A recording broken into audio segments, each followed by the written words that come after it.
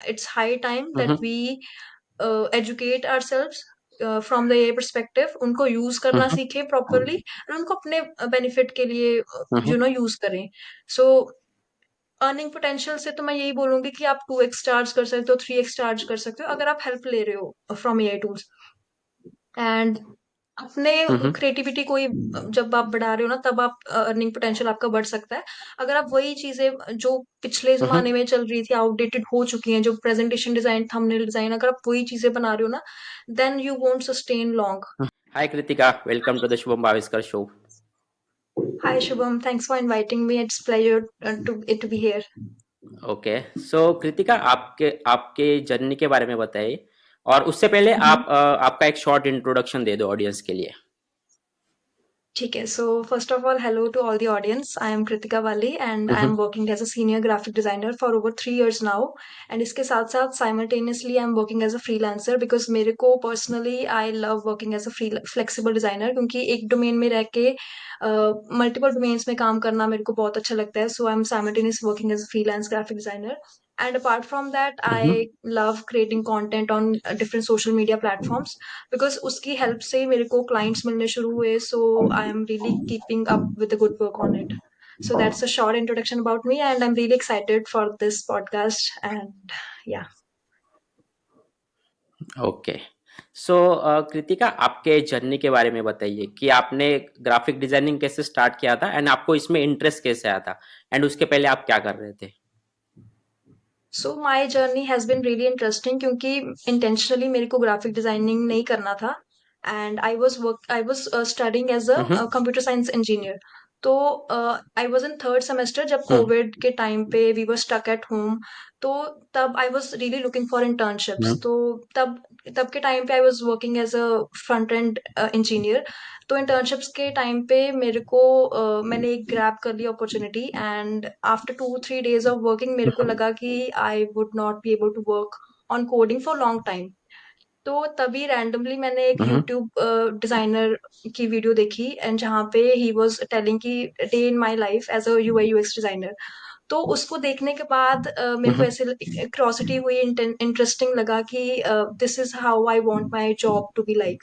कि जहाँ पे ही was playing with the colours, he was making prototypes and UI UX frameworks. तो मैंने इमीडिएटली अपने जो हम्म। करंट इंटर्नशिप थी ना, उनको बोल दिया कि I am not willing to be work as here. तो मैंने वहां पे मना कर दिया, and I was looking for other internships जो डिजाइनिंग के बेसिस पे हो.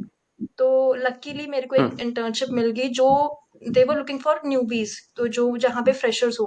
तो हम्म। मैंने हम्म। ऑब्वियसली उनको भी कुछ काम चाहिए था दिखाने के लिए. तो मैंने यूट्यूब ट्यूटोरियल्स हम्म। देखे, एंड जो उन्होंने बनाया था सिमिलरली उसको एज इट इज बना के उनको प्रेजेंट कर दिया. And they hired me for it. Hmm. तो तब के टाइम पे it was an hmm. Unpaid internship, तो मेरे को सीखने को बहुत कुछ मिला. That was the hmm. कि starting point of my journey as a designer. तो तब से I did two okay. Three internships after then. And 2021 hmm. Onward से मैंने फुल टाइम ज्वाइन कर लिया, and I am still working as a full time designer, and side by side freelance तो आते रहे. So that's how I started my journey as a graphic designer. Wow, मतलब आप जो पहले कर रहे थे उसका कुछ रिलेशन नहीं या था इस फील्ड से, लेकिन आपने आपको वो पसंद आया इसलिए आपने वो चूज किया, राइट। कोडिंग ज्यादा टाइम नहीं कर पाई थी मैं, मतलब मेरे को ऐसा लग रहा था कि मैं ज्यादा टाइम इसको कंटिन्यू नहीं कर पाऊंगी. देन किसी को आप देखते हम्म। हो ना, किसी की इंस्पिरेशन लेते हो कि he is working as a designer, तब मेरे को क्यूरियोसिटी हुई कि हाँ, मैं डिजाइनिंग लंबे टाइम तक सस्टेन कर पाऊंगी as a career, as a full time career.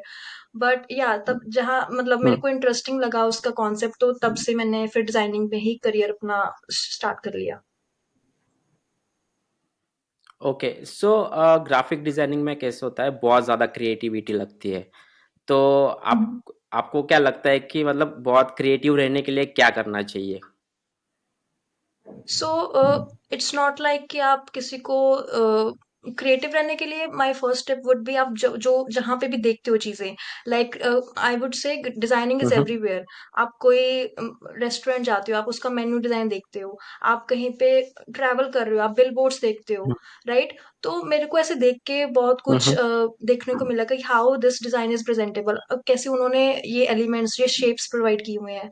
आप अपने फोन पे सारा दिन देखते हो, हम्म। मोबाइल एप्स देखते हो, आप इंटरेक्ट करते हो, आप यूट्यूब पे या। जाते हो, यूट्यूब पे भी थंबनेल है. वो आप देख रहे हो, आप सोशल मीडिया हम्म पे कहीं कहीं उन्होंने प्रमोशनल पोस्ट डाले होते हैं, एड्स देख रहे हो आप, हर जगह हम्म आपको डिजाइन दिखेगा। इस जस्ट कि डिजाइनर्स वो चीज या बनाते हैं, आप उनको स्टडी करते हो, and that's how you become creative. TV पे आप कितनी एड्स चल रही होती हैं आपके, मतलब हम्म एवरीवेयर आप पैकेजिंग देखते हो, आपके कोई डब्बे का डिजाइन देखते हो, आप वहां पे लेबल लगा होता है। सो वो चीज देख देख के जब हम्म आप स्टडी करते हो ना उनको, भी कैसे उन्होंने प्रेजेंट किया हुआ है, कैसे वो मार्केट कर रहे हैं डिजाइन को, that's how you become creative. या तो ऐसे मैंने सीखा वो सब कुछ। ओके एंड आपने ये स्किल मास्टर कैसे किया था? मतलब सिर्फ यूट्यूब वीडियोस देखे थे या फिर कोर्सेज वगैरह भी किए थे आपने इसमें?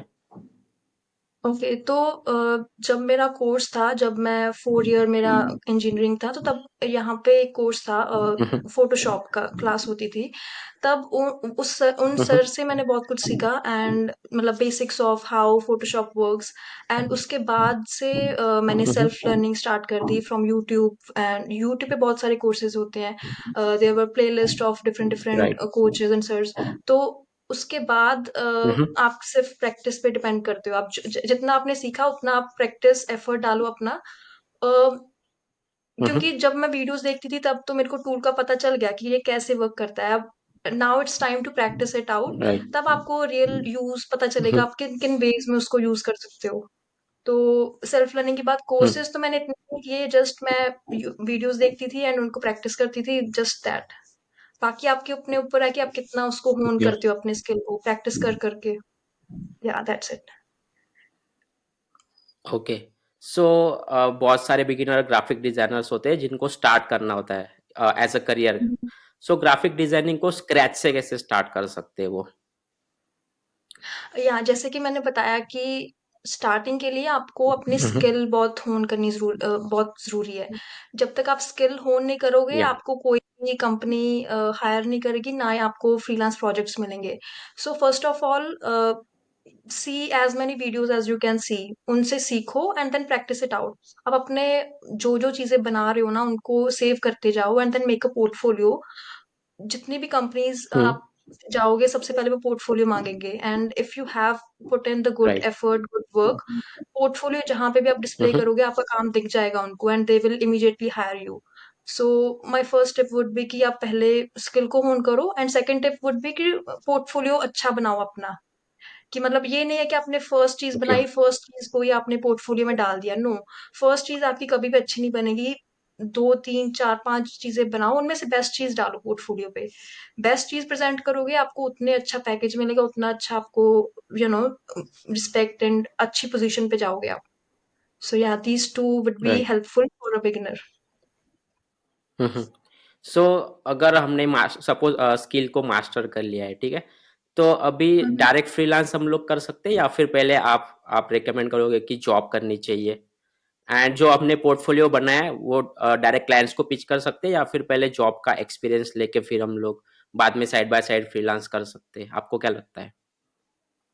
इन केस ऑफ फ्रीलांसिंग मैं ऐसा नहीं मानूंगी कि आपको पहले वो होना चाहिए, जॉब एक्सपीरियंस होना चाहिए।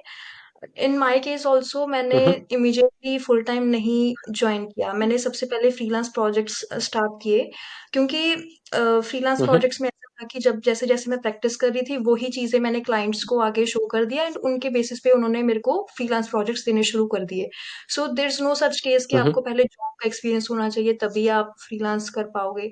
आज के टाइम पे ना, आफ्टर 2020 आपके पास फ्रीलांस की अपॉर्चुनिटीज इतनी है ना, आप इमेजिन भी नहीं कर सकते। क्योंकि हम्म फ्रीलांस प्रोजेक्ट्स में ऐसा होता है कि you are working as a project basis. तो आप कहीं पे हम्म लिंक्डइन पे जाओगे, लिंक्डइन पे there are tons of opportunities for freelance. Instagram के जैसे जैसे आप अपना टाइम एंड एफर्ट डालते जाओगे अपनी स्किल पे, वैसे वैसे आपको फ्रीलांस प्रोजेक्ट्स आते जाएंगे। तो मेरे केस में भी ऐसे ही हुआ कि मैंने सबसे पहले फ्रीलांस प्रोजेक्ट्स हायर करने शुरू किए, एंड जितना काम मेरा हम्म रेडी होता गया वो मैंने जॉब्स के लिए अप्लाई कर दिया, जॉब्स ने भी हायर कर लिया। तो हम्म जैसे आपको कंफर्टेबल लगता है वैसे आप कर सकते हो, लेकिन as such there is no rule कि आपको पहले एक्सपीरियंस होना चाहिए, जॉब एक्सपीरियंस होना चाहिए तभी आपको मिलेगा, there is no such thing. Okay so आपने जब स्टार्ट किया था क्लाइंट्स को अप्रोच करना, तो आपने फाइवर अपवर्क जैसे थर्ड पार्टी साइट्स होते हैं उन पे अकाउंट क्रिएट किया था या फिर डायरेक्ट खुद का पोर्टफोलियो आप पिच करते थे क्लाइंट्स को? आई वुड से working from a third party perspective ये थोड़ा आउटडेटेड हो गया आज के टाइम पे, एंड इतने सस्टेनेबल भी नहीं है। लाइक सपोज आप अपना इतना सारा टाइम एंड एफर्ट डाल रहे हो किसी थर्ड पार्टी, कल को वो किसी इनवैलिड रीजन से आपको ब्लॉक कर देते हैं, आपके जितना आपने टाइम इन्वेस्ट किया वो सारा गया। आई नो कि काफी राइट। बेनिफिट्स हैं कि आपको पेमेंट्स टाइम से मिलती हैं and all, but long time sustainable मैं नहीं मानती इस चीज को। ये बात अच्छी है कि या। आप अपना टाइम एंड एफर्ट, जितना टाइम आप उन पार्टीज को दे रहे हो उतना टाइम आप अपने पर्सनल ब्रांड पे डाल दो ना, वो that will be really beneficial for your growth. तो मेरे केस ठीक। में भी मैंने ऐसे ही किया कि आई मैं इतना रिलाई नहीं किया मैंने थर्ड पार्टी एप्स के उस पे, मैंने खुद के ही जितना मेरा काम था मैंने खुद के प्लेटफॉर्म्स पे डाला है, बीट इंस्टाग्राम बीट लिंक्डइन। और मेरे पास जितने भी क्लाइंट्स आए थ्रू दीज प्लेटफॉर्म्स ही आए हैं। मेरे को फाइवर एंड अपवर्क का कुछ कॉन्सेप्ट अच्छा मतलब पता नहीं लगा, एंड उससे मेरे को ज्यादा बेनिफिट भी नहीं मिला है। टू बी फ्रैंकली स्पीकिंग, ज्यादा बेनिफिट मेरे को लिंक्डइन एंड इंस्टाग्राम से ही मिला है जितने भी क्लाइंट्स आए हैं अभी तक। तो या आई वुड रिकमेंड कि जो भी टाइम एंड एफर्ट डाल रहे हो, make sure that you are returning it back. क्योंकि कल को थर्ड पार्टी ऐप आपको किसी रीजन से कुछ भी हो जाए, ब्लॉक कर दे या फिर आपका जितना वो सारा वेस्ट नहीं जाना चाहिए I guess. Right. LinkedIn and Instagram का कुछ ऐसा नहीं है, वो क्लाइंट्स आपके साथ डायरेक्टली कम्युनिकेट कर पा रहे हैं and there is no issue. तो या ओके। एंड जैसे कि आपने बताया कि पर्सनल ब्रांडिंग बहुत बड़ा रोल है उसका, मतलब इनबाउंड लीड्स अगर हमें जनरेट करनी है, खुद से अगर क्लाइंट्स हमें अप्रोच करते हैं तो वो बेटर रहता है, राइट, रीच आउट करने से। या सो आपने कैसे स्टार्ट किया था पर्सनल ब्रांड बिल्ड करना लिंक्डइन पे? ठीक है, तो लिंक्डइन पे मैं क्या समझती हूँ कि जो डिजाइनर्स है ना वो ज्यादा फोकस करते हैं अपने स्किल पे, मतलब अपने काम पे लगे रहते हैं। They don't know how to present their work, they don't know how to pitch their work, so that is the skill they right. Also want to put their effort in. क्योंकि मेरे टाइम पे मैं काफी time तो अपने काम पे लगी रहती थी, मेरे को नहीं पता था कि कैसे क्लाइंट को लेके आना है। तो स्टार्टिंग में आप क्या करो, you as a designer put in the work, show in the work. तो मैंने मेरे को ऐसे जजमेंट एंड क्रिटिसिज्म का भी होता था कि नहीं, अगर मैं ये पोस्ट करूंगी एंड हाउ विल दे से, तुम्हारा काम जैसे भी है ना तुम अपलोड कर दो। आई वुड से लिंक्डइन पे मैंने अगर मैं कुछ अपलोड करती थी then I would also tell stories, क्योंकि stories really attract the people कि उसके पीछे ये आपने कैसे बनाया, right. What is a story behind it. तो the audience will relate your artwork to the story. अब जब आप स्टोरीज पढ़ते हो and then you relate the artwork, then they will give likes and impressions. And जो clients भी है ना वो भी आपको your content, that is basically the content you are putting in, जब आपको वो पढ़ते हैं then they will reach out to you, they will show appreciation कि आपने ये बहुत अच्छा बनाया, and I would really need your service in this. जो भी उनका काम है, जो भी उनका ब्रांड है उसके रिलेटेड उनको तब वो रीच आउट करते हैं। तो यू शुड रियली नो कि आपको प्रेजेंट कैसे करना है अपना काम। तो मैंने स्टार्टिंग में I would put the content, जो भी मैं इमेजेस डालती थी उसके साथ कुछ स्टोरी रिलेट करके डाल देती थी।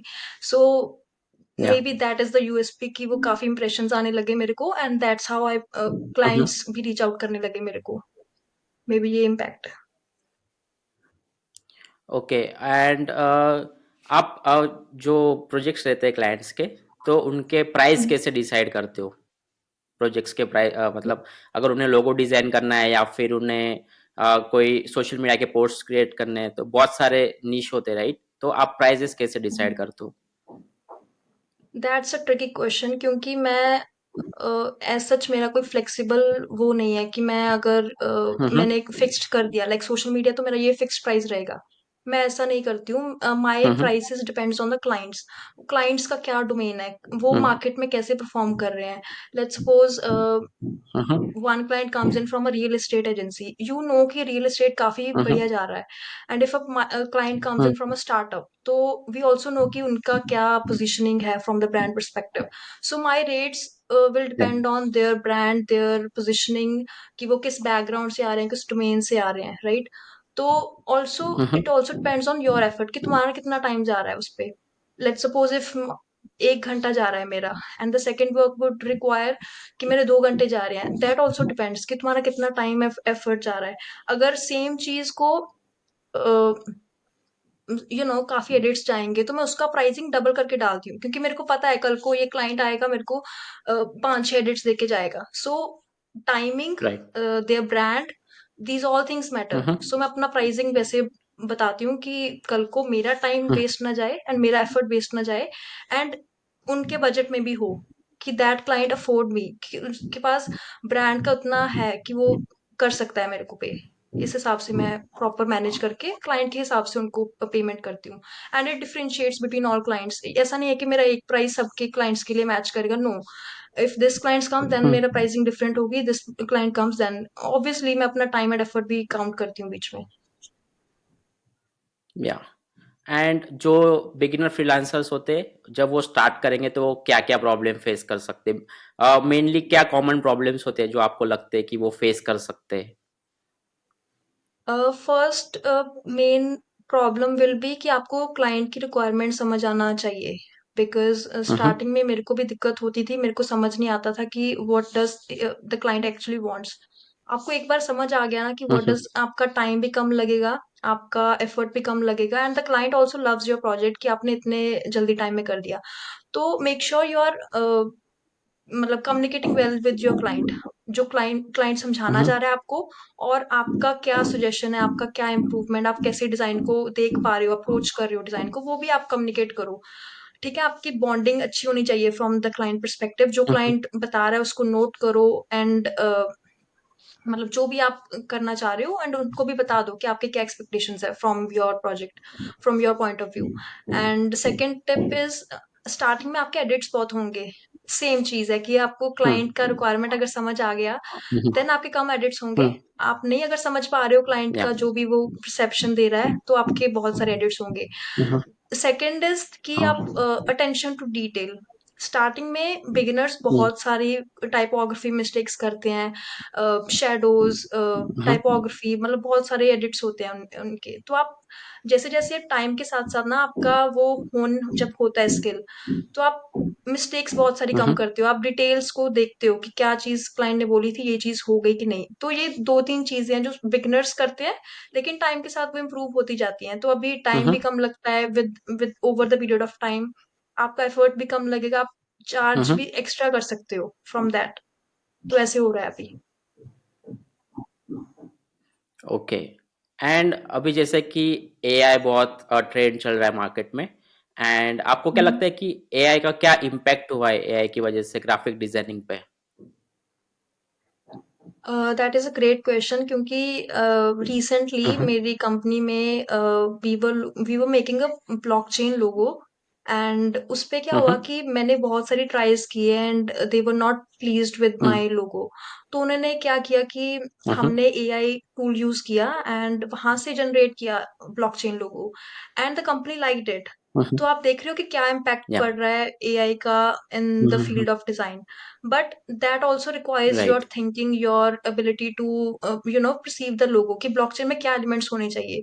हम्म। So I would say use the AI tool, या बट जो आपका थिंकिंग है, जो आपका हम्म। आइडिएशन पार्ट है, वो तुम करो, एंड एआई टूल की हेल्प लो। जो ये हम्म। कॉम्बिनेशन बन रहा है ना, that will really make you a good and great designer, जो आपको कल को आपको आपको ही बेनिफिशियल होने वाला है, क्योंकि आपका टाइम कम लग रहा है, आपका एफर्ट कम लग रहा है, एंड आप चार्ज या भी डबल कर सकते हो।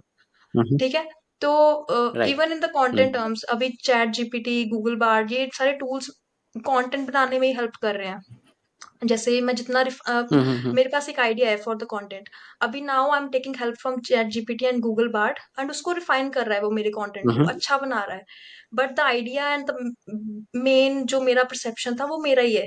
तो I am taking help from the other resources, and मेरा हम्म। आइडिएशन उनको कंबाइन करके जो आउटपुट निकल के आएगा, that will be really amazing. तो this is how AI can be beneficial for designers and everyone out there, every creative individual out there. That's या my take on it. Okay. And can AI replace graphic designers? क्या AI replace No. कर सकता है graphic designers को? हम्म।